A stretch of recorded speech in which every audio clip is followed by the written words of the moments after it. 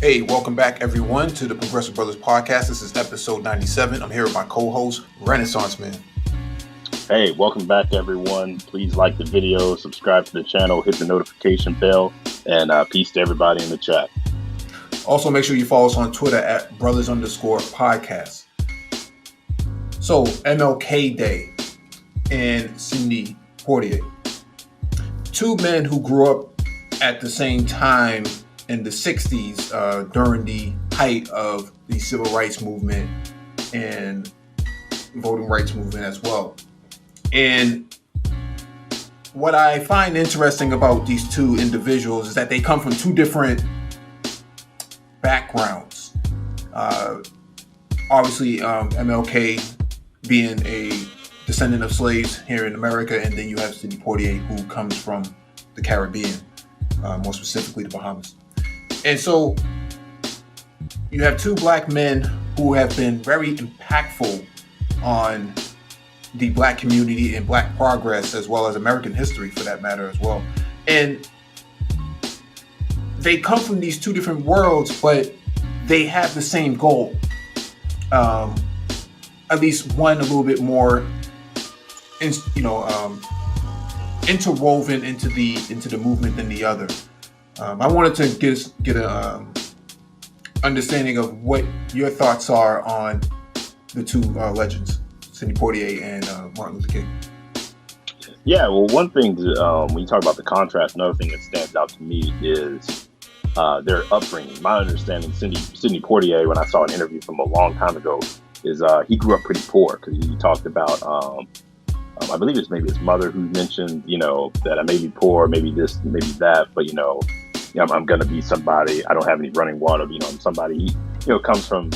I think, ironically, even though he's not a descendant of slaves, at least in the Americas, someone who still, I think, people could very much identify with if they knew about it, in the sense of, coming from a disadvantaged background.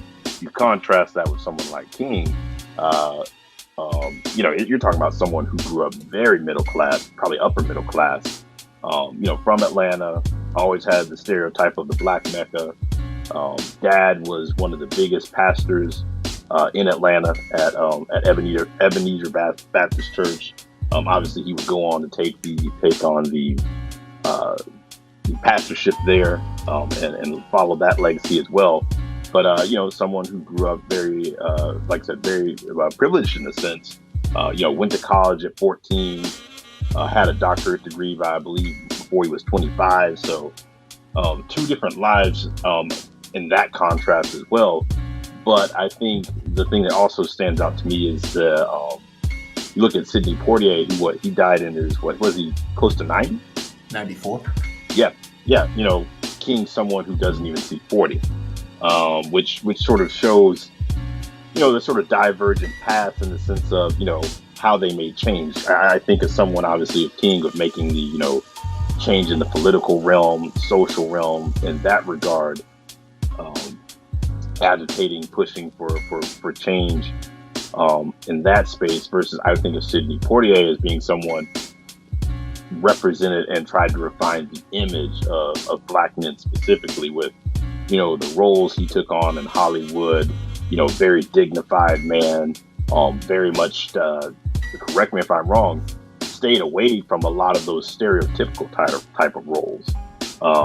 Very much pushed the envelope as someone that showed, hey, black men could be, all sorts of characters and really conduct themselves in a dignified manner, being in a time where people were only used to seeing, blacks on the big screen in, various stereotypical roles, butlers or, guys, basically acting like clowns and reinforcing those stereotypes. So I sort of think of two people who, grew up very differently, really together in the same sentence because of the common mission, but very much, got to live their lives out in very different ways.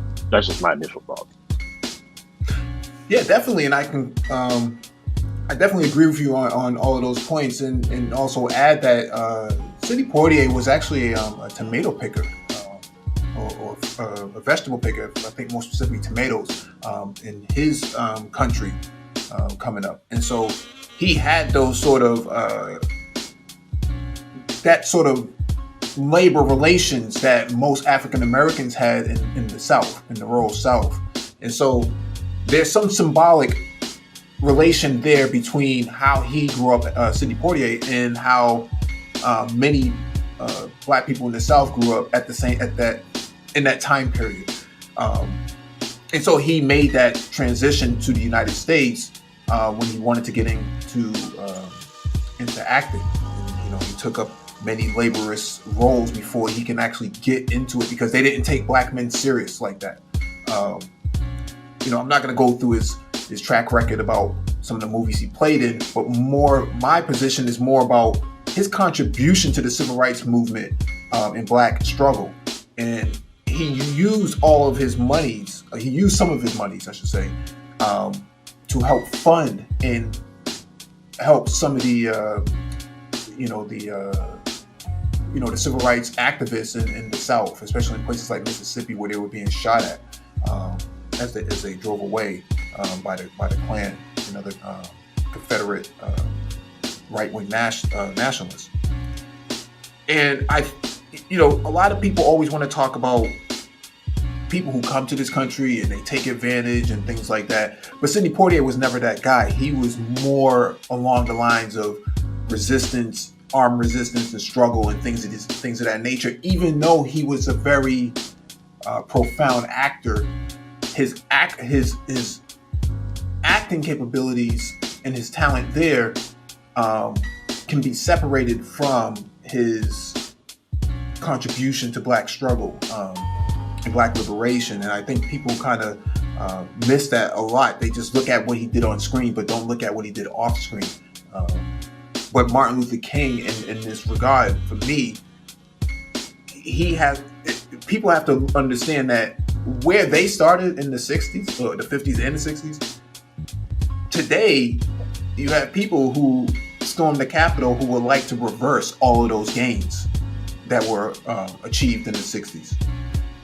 And so Martin Luther King, if he was alive today, he would be looking at this and seeing all of the achievements that he fought for with the nonviolent protests and things of that nature being rolled back by the very same people he was being nonviolent with. And so I look at all of that and I say, you have two Black men who are coming from two different two different worlds, but they also have the same ambitions. And one was able to outlive the other. And people should really take a step back and really look at this from a 1,000-foot view.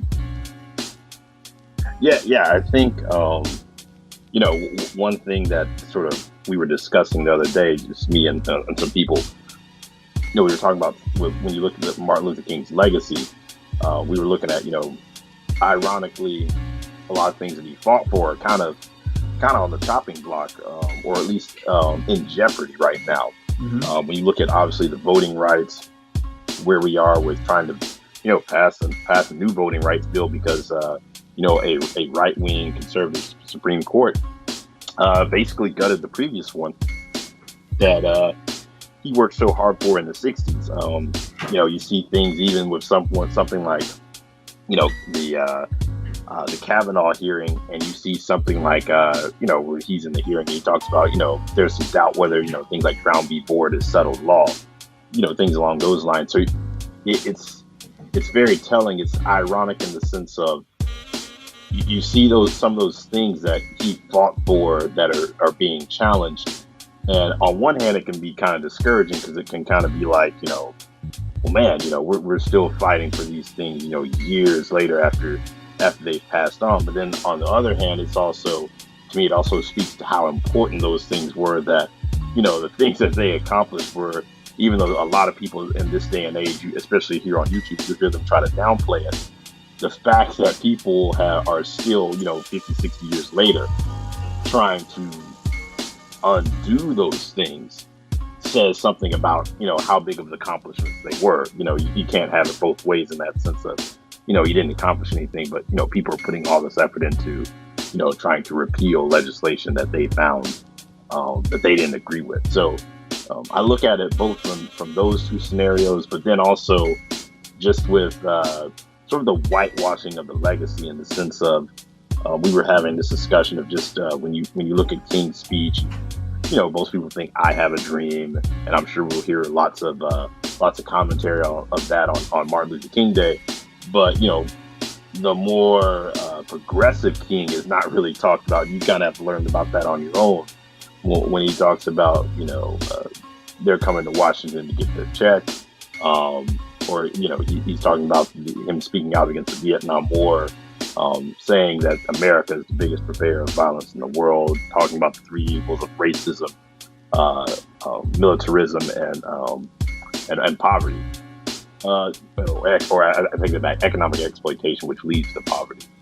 So when you hear those things and how that's basically whitewashed, and then I'm sure we'll see, I'm sure Republicans will even be bold enough to, start tweeting Happy MLK Day, or have someone on their staff put up a quote, and it's just like you just see how at times this country has no shame for, on one hand, trying to hold this person up, but then on the other hand, being so shallow as to not paying attention to or trying to undermine the things that person fought for, or just purposefully being willfully ignorant and not even understanding their message fully. So that's what stands out to me, sort of on the King side. On the Sidney Poitier side, the one thing that also stands out that I thought about too was him pushing the envelope in some of the roles that he took and that consciousness. I know he did I believe he starred in Raising the Sun, with that movie that obviously the book came, and him being a part in the movie. I know he was actually in a documentary recently with on James Baldwin's life. Called "I Am Not Your Negro," but then also pushing the envelope on things like Guess Who's Coming to Dinner, where he's starring as this black man who's married to or involved with and getting married to this white woman. Just the how controversial that would be, and I remember that even risking your career, because that was in the '60s as well. Then or just risking your life to be told.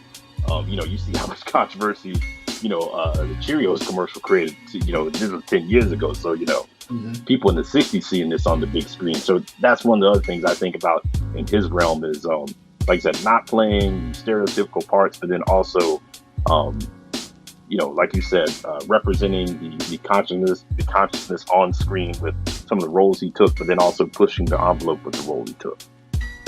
And I often wonder, what would Martin Luther King think about a January 6th, an insurrection at the Capitol? And this is someone who believed in nonviolence during the Civil Rights Movement. I understand he changed his position later, but when you really think about this, to get progress, the tactic that he took, white people today, or white conservatives, are not willing to take that position today. When things don't go their way, they take up violence against the very government, where when it came down to the Civil Rights Movement with nonviolence, they were met with violence. And so you see this period of over 50 years of civil rights activism being met with massive levels of violence. In DC, we know that the Black Lives Matter demonstrations, peaceful demonstrations, were met with violence from the Proud Boys and the Oath Keepers, and name your far-right nationalist group. They brought the violence to them. And so, although King stood for all these principles of respectability politics and things of that nature, things have not really changed with the opposition.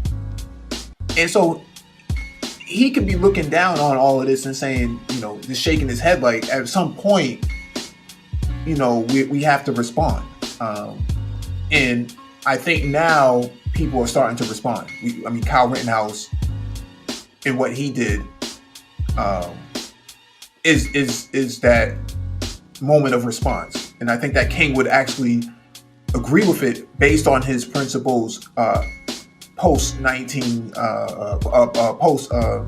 Vietnam War. And so he's probably looking at this differently over time. But I'm just saying, the perspective that he had back then, Black people are still practicing it today, but they're being met with such violence against them, not just by these people in the street, but by the government itself. We saw that with Standing Rock, the Dakota Access Pipeline, where indigenous people were being drowned and bludgeoned by security forces contracted by the government and the government itself.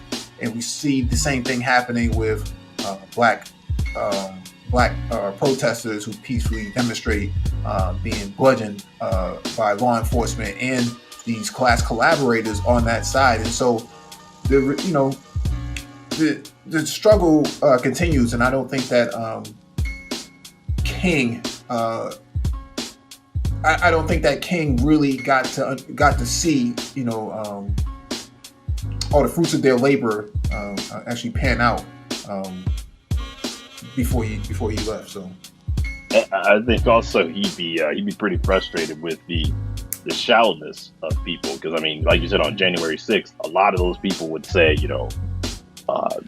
they believe in Dr. King's message, and nonviolence, and judging people by the character, by the content of their character, not the color of their skin. But here these people are, engaging in violence, storming the Capitol, have a right wing movement that's been just full of racism towards all sorts of people. So it's quite ironic. And then on top of that, I don't know if you've heard some of this, you even hear some of this rhetoric of people on the right, even some who are Black, trying to suggest that that King was a Republican, because you go back to that time period of there's the Black voters transitioning away from the Republican Party, and it's people try to run this game of, Black folks used to be Republicans and this and that, and really just trying to play on people's political ignorance. It's just like just shows how, in my opinion, the power structure really tried to embrace this man just for the message of one message, but not the whole message. It was basically put out there as almost a mascot, but people don't really try to take his message seriously. Yeah, because the idea here is to water him down just enough so that they can actually use his name or use his character out of context. They also like to misquote him and things like that. They're very clever, very slick, and so it's just, people just need to be mindful that the party of abolition and social justice back then is not the same party of today. If you think those people on that side have your best interest, tell them to prove it. Ask Tim Scott. King would be looking at Tim Scott with disdain at this point. You can probably say the same thing about Lieutenant Colonel West. But the point that I'm making here is that overall, the struggle for affirmative action,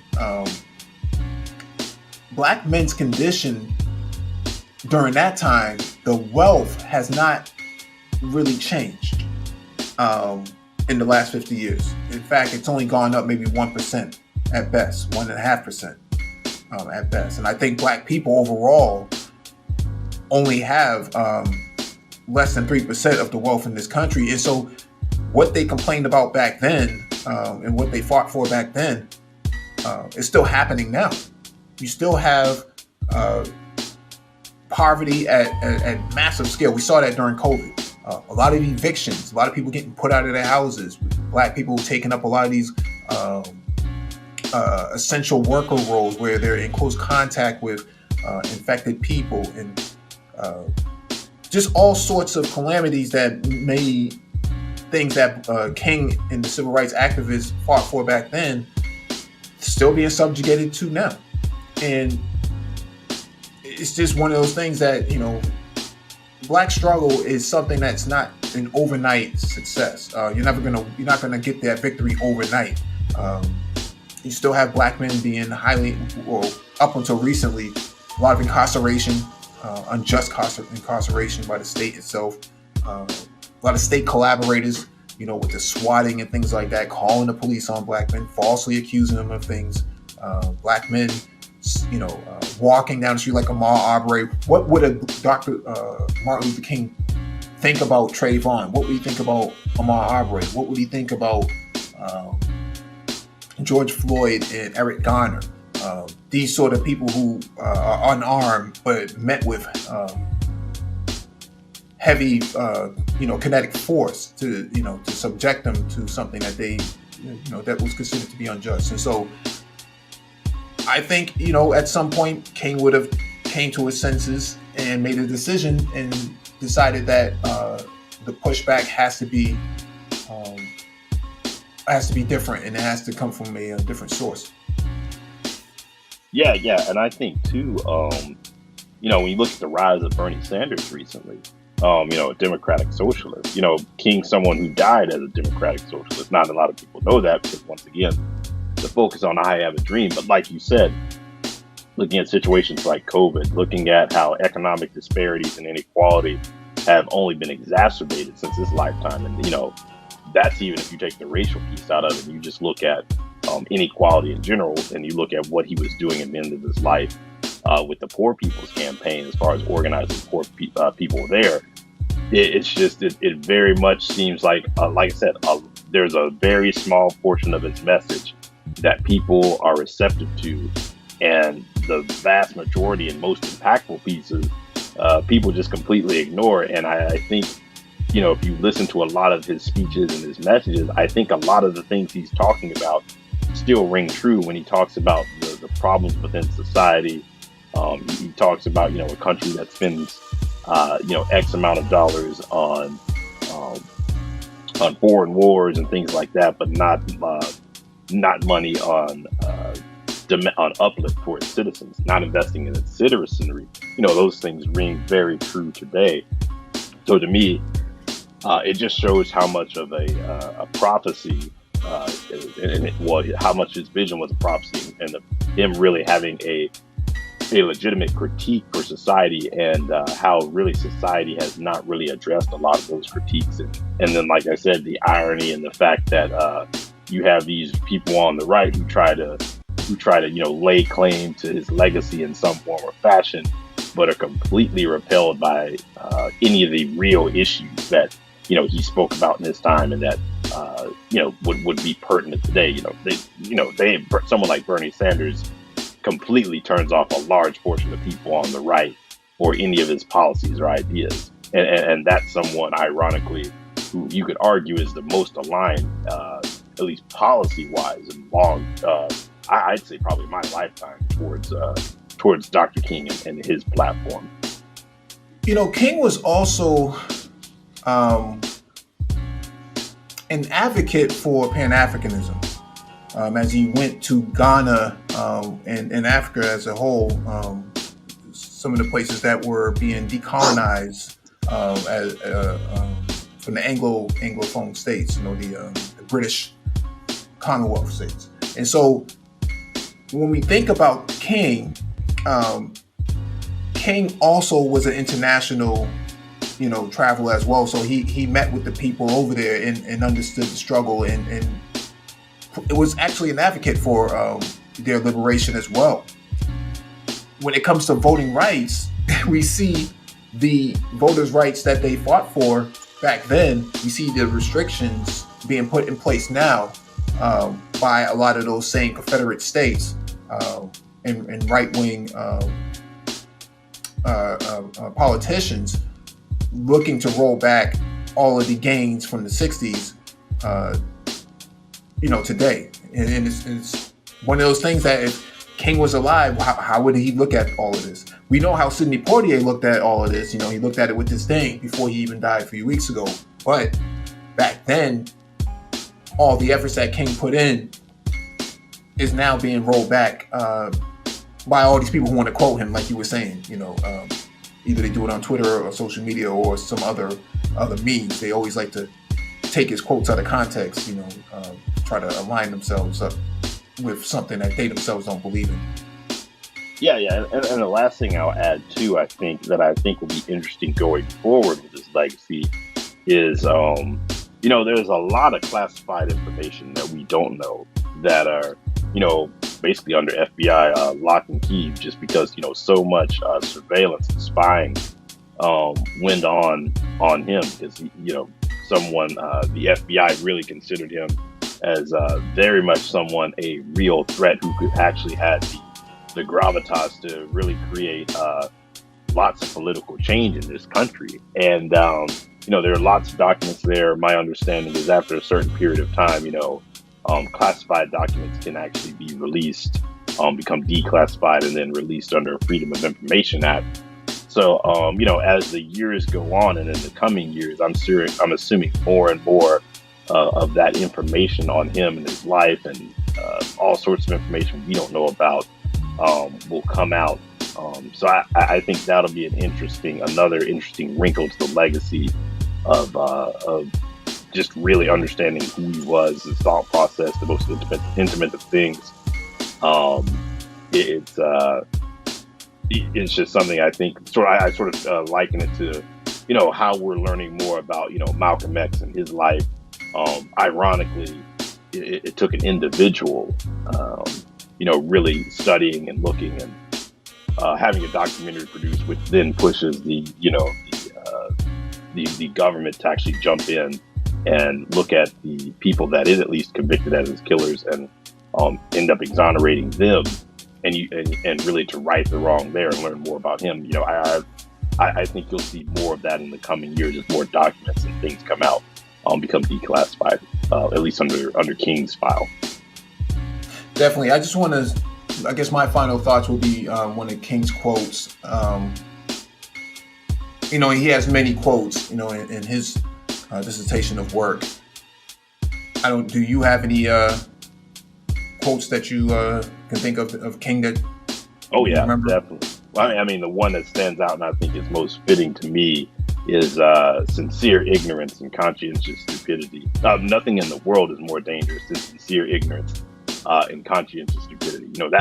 That one really stands out to me just for, where we are with misinformation, social media, and people painting alternative narratives. That one's the one that really stands out to me, at least in this time period right now. Yeah, and I guess mine would be, let us not seek to satisfy our thirst for freedom by drinking from the cup of bitterness and hatred. I always thought that was really key. No, absolutely. I think I think that plays into when I see that, in the sense of you gotta people have to always make sure that they have a vision, moving forward, and make sure that you're moving forward towards that vision versus necessarily just tearing down, if that makes sense. Don't be a rebel without a cause is what I kind of look at it as. Like, share, and subscribe. Make sure you follow us on Twitter at brothers_podcast.